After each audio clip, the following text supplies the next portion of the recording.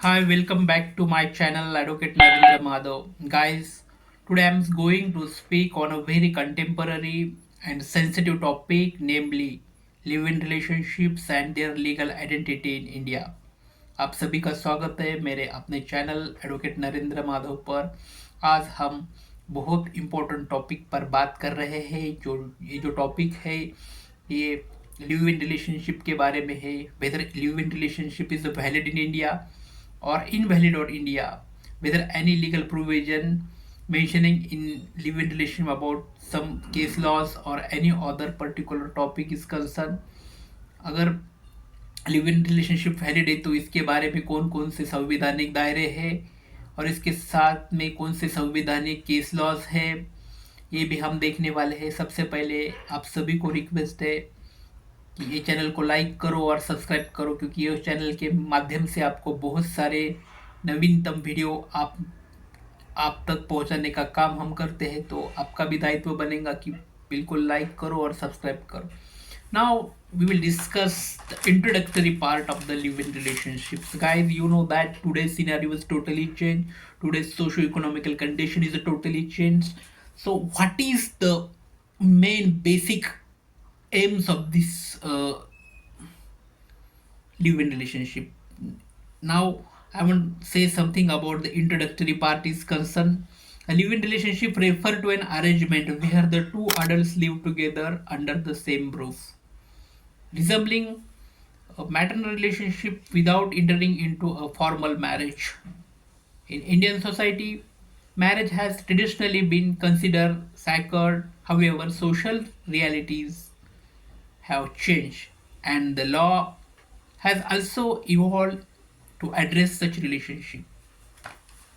जैसे कि हमने देखा है कि संवैधानिक दायरे में लिव इन रिलेशनशिप को जो भी ऑनरेबल सुप्रीम कोर्ट ने वैलिड कहा गया है, लेकिन उसके साथ साथ ऑनरेबल सुप्रीम कोर्ट ने बहुत सारे गाइडलाइंस भी मेंशन की है। जो सबसे पहले हम लिव इन रिलेशनशिप की जो डेफिनेशन है उसके बारे में बात कर रहे थे। तो डेफिनेशन में या इंट्रोडक्टरी पार्ट में हमें यही मालूम हो जाता है कि two adults live together under the same roof, resembling a maternal relationship without entering into any formal marriage। जो कि विवाह जो होता है या शादी जो होती है उसके जैसे ही रिलेशनशिप बनाए रखने का, लेकिन the legal marriage is not take place. क्योंकि जो लीगल मैरिज जैसे ही दो यंग जनरेशन पर्सन और दो अडल्ट मेंबर एक साथ रह सकने का कानूनी प्रावधान भारतीय न्याय व्यवस्था ने, ऑनरेबल सुप्रीम कोर्ट ने कुछ केस लॉ के माध्यम से हमें दिया है। और उसी साथ में हम जो इंट्रोडक्टरी भाग देख रहे थे कि लिव इन रिलेशनशिप किसे कहते हैं, तो लिव इन रिलेशनशिप में first criteria is that the two adults members live together। first criteria is that only two adults member, whether male or female, it is not necessary but most of the time their legal aspect is very different। तो अब तो हम यहाँ पे live in relationship के बारे में बात करने वाले हैं, जहाँ पर मेल और फीमेल एक साथ रहने के बारे में बात करने वाले। तो ये जो कानूनी दायरा है उसकी सबसे इम्पोर्टेंट चीज़ ये होती है कि शादी कर कर या शादी न कर कर भी शादी या विवाह के दायरे में रहकर उनसे अलग रहकर एक प्रकार का आपका दायित्व सुनिश्चित करना, जिसे लिव इन रिलेशनशिप कहते हैं।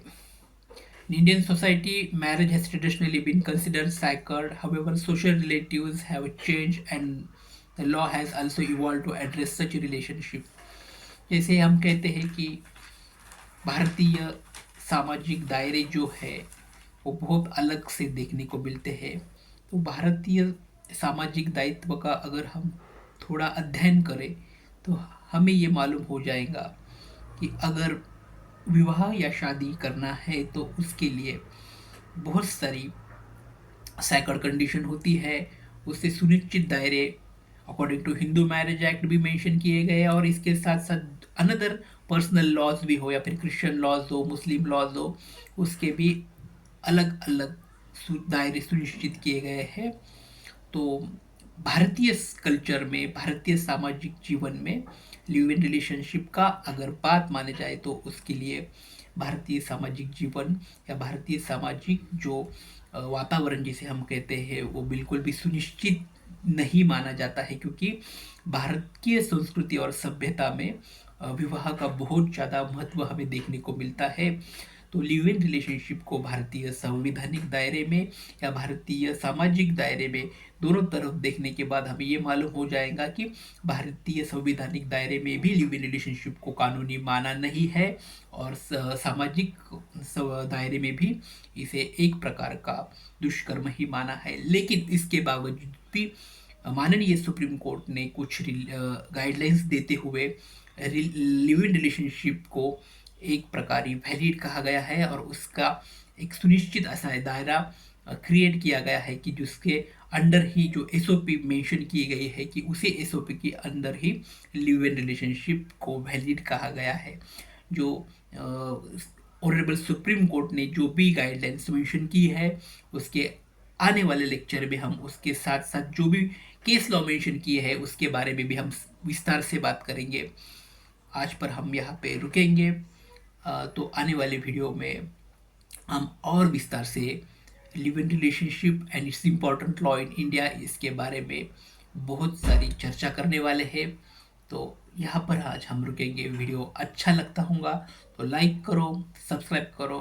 Thanks for watching. Thank you so much.